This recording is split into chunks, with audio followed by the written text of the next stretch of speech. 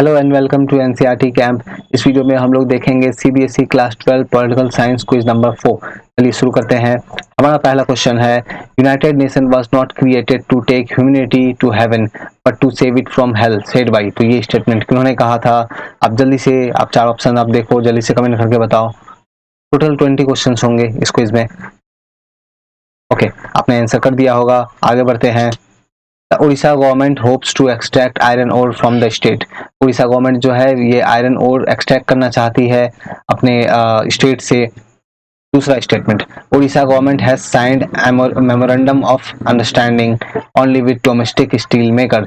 Orissa government ने इसके लिए एमओयू साइन किया है सिर्फ डोमेस्टिक, मतलब जो घरेलू, जो हमारे कंट्री के ही जो स्टील बनाने वाली कंपनियां हैं सिर्फ उनके साथ। आपको करेक्ट स्टेटमेंट बताना है, तो आप बताओ किसमें से कौन सी करेक्ट है। ओके, आपने करेक्ट कर बता दिया होगा। आगे बढ़ते हैं। During 1980s and 90s, many East European countries that were part of Soviet bloc replaced their communist government in response to।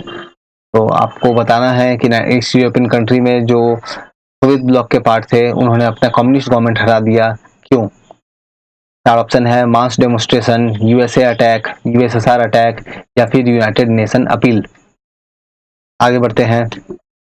Cuban missile crisis never turned violent. तो क्यूबन मिसाइल्स जो है ये कभी भी वायलेंट नहीं हुआ। दूसरा statement, United State tried to calm down tension. United State ने सिचुएशन को काम डाउन, ठंडा करने का ट्राई किया। Cuba have land boundary with USA. Cuba की लैंड बाउंड्री है यूएसए के साथ। आपको बताना है, यहाँ पे देखते हैं option, only 3 is correct, 2 and 3 is correct, all are correct, 1 and 2 are correct. तो करेक्ट बताना है कि इसमें से करेक्ट कौन सी है।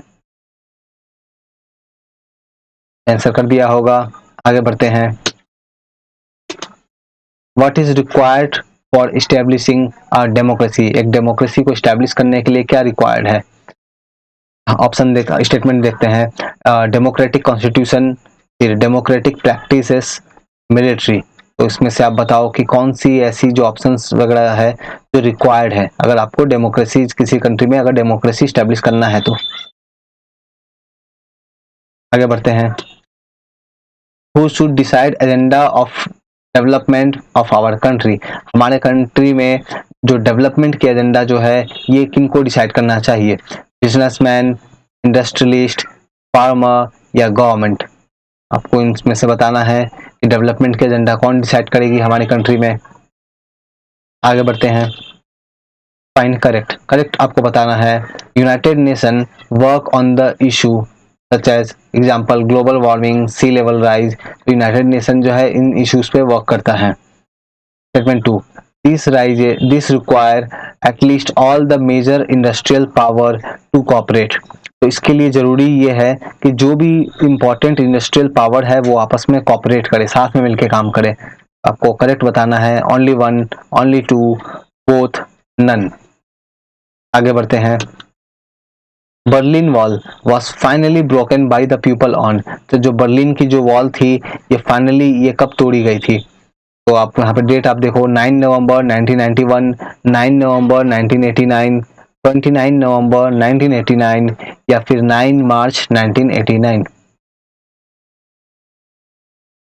ओके, तो आप लोगों ने जरूर अभी तक आंसर कर दिया होगा। इन सभी क्वेश्चंस की जो आंसर्स जो है मैं कमेंट बॉक्स में मैं पिन करके मैं बता दूंगा, तो आप लोग वहां से मैच करके आप लोग अपना जो मार्क्स है आप लोग मुझे जरूर इन्फॉर्म करना कि आपकी कितनी मार्क्स आई है।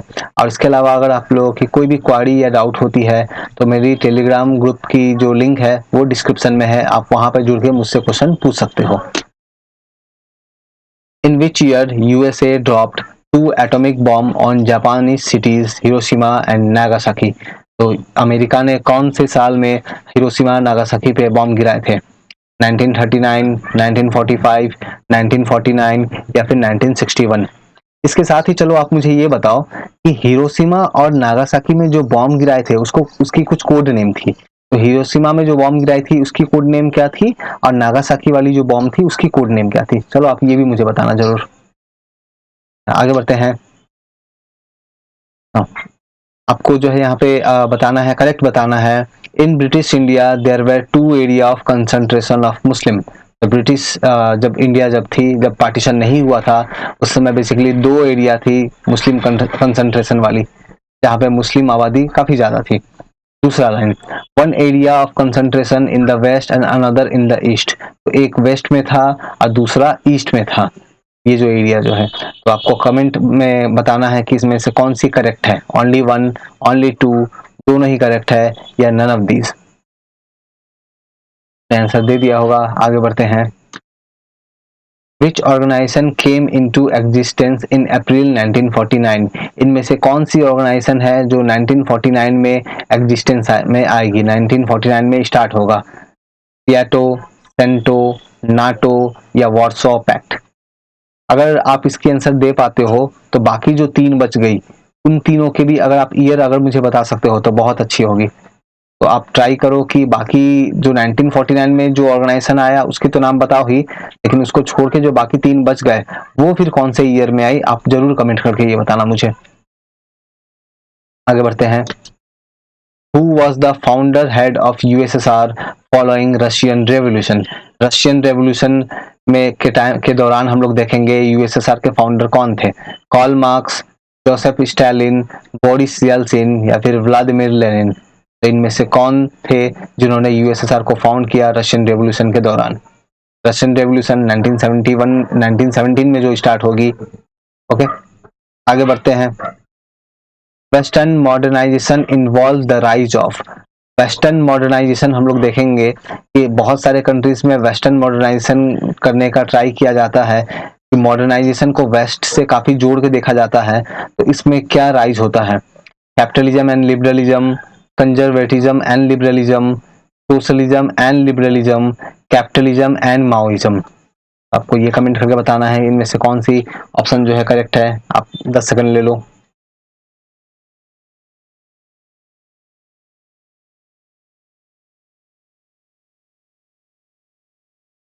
ओके, आगे बढ़ते हैं। The United Nation most visible public figure and representative head is। तो यूनाइटेड नेशन की जो मोस्ट विजिबल पब्लिक फिगर जो है, और यहाँ हम लोग देखेंगे रिप्रेजेंटेटिव हेड जो है कौन है? The executive general, the secretary general, the secretary chief या फिर चीफ ऑफ यूएन? तो आपको इनमें से कमेंट करके बताना है कि कौन सी ऑप्शन करेक्ट है।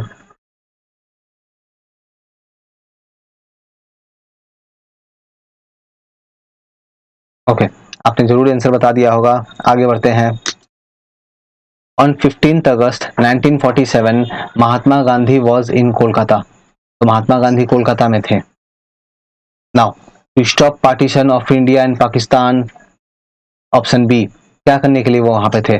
Persuade the Hindus and Muslim to give up violence, to decide area of India and Pakistan, to celebrate independence? इनमें से कौन सा ऑप्शन करेक्ट है, आप मुझे कमेंट करके बताओ। आप 10 सेकंड टाइम ले लो।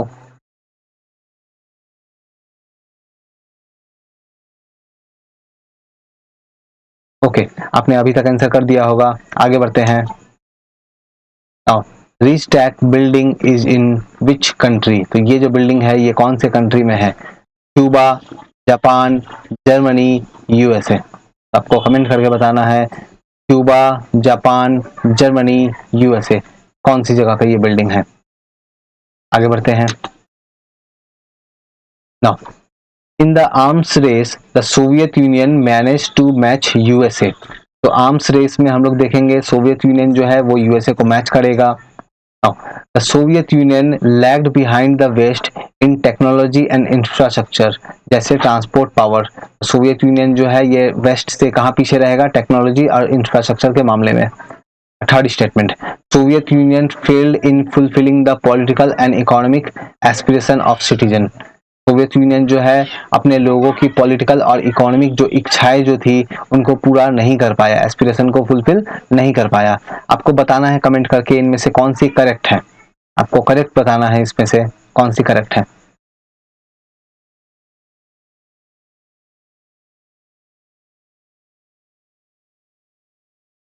ओके, आगे बढ़ते हैं। During first 5-year plan, one of the basic aim of the planner was to raise the level of national income. तो फर्स्ट 5 ईयर प्लान के दौरान हम लोग देखेंगे जो बेसिक एम था प्लान करने वाला, जो हमारे कंट्री के प्लानर्स थे, उनका क्या एम था कि लेवल ऑफ नेशनल इनकम जो है उनको बढ़ाना है। दूसरा statement, the planner sought to push up the savings up. तो 2 स्टेटमेंट गिवन है, आपको इनमें से इनकरेक्ट बताना है, आपको इनकरेक्ट बताना है। ओनली 1, ओनली 2, बोथ, नन, इनमें से कौन सी इनकरेक्ट है?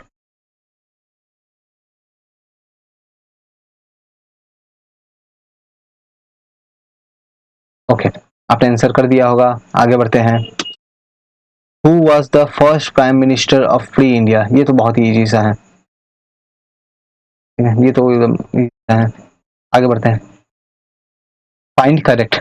There is no agreement on a definition of terrorism in UN. तो यूनाइटेड नेशन में हम लोग देखेंगे टेररिज्म को लेकर के डेफिनेशन को लेकर के कोई एग्रीमेंट अभी तक नहीं है। 2, statement 2, in 2005 meeting UN did condemnation of terrorism in its all form and manifestation। तो 2005 में यूनाइटेड नेशन ने बिल्कुल टेररिज्म की एक्टिविटी जो है वो कंडेम किया था। तो आपको यहाँ करेक्ट बताना है, कौन से करेक्ट है? Only 1, only 2, both, none. तो फाइनली यहाँ पे हमारे 20 क्वेश्चंस पूरे हो गए हैं। तो आप इन सभी क्वेश्चंस के आंसर को कमेंट करके बताना, और इन सभी के आंसर्स जो है मैं कमेंट में पिन कर दूंगा, सो दैट आप वहाँ से मैच करके आप देख सकोगे। और ये कल मैं मॉर्निंग में पिन कर दूंगा, तो आप वहाँ पे आप देख पाओगे कि आपकी कितनी आंसर करेक्ट हुई है। और जैसा कि मैं वीडियो के एंड में बिल्कुल आपसे रिक्वेस्ट करूंगा कि आप बिल्कुल हमारे चैनल को सब्सक्राइब करें। इसके अलावा आपकी कोई भी डाउट इंक्वायरी होती है तो टेलीग्राम ग्रुप में आप जुड़ के क्वेश्चन हमसे पूछ सकते हैं। Okay, thank you.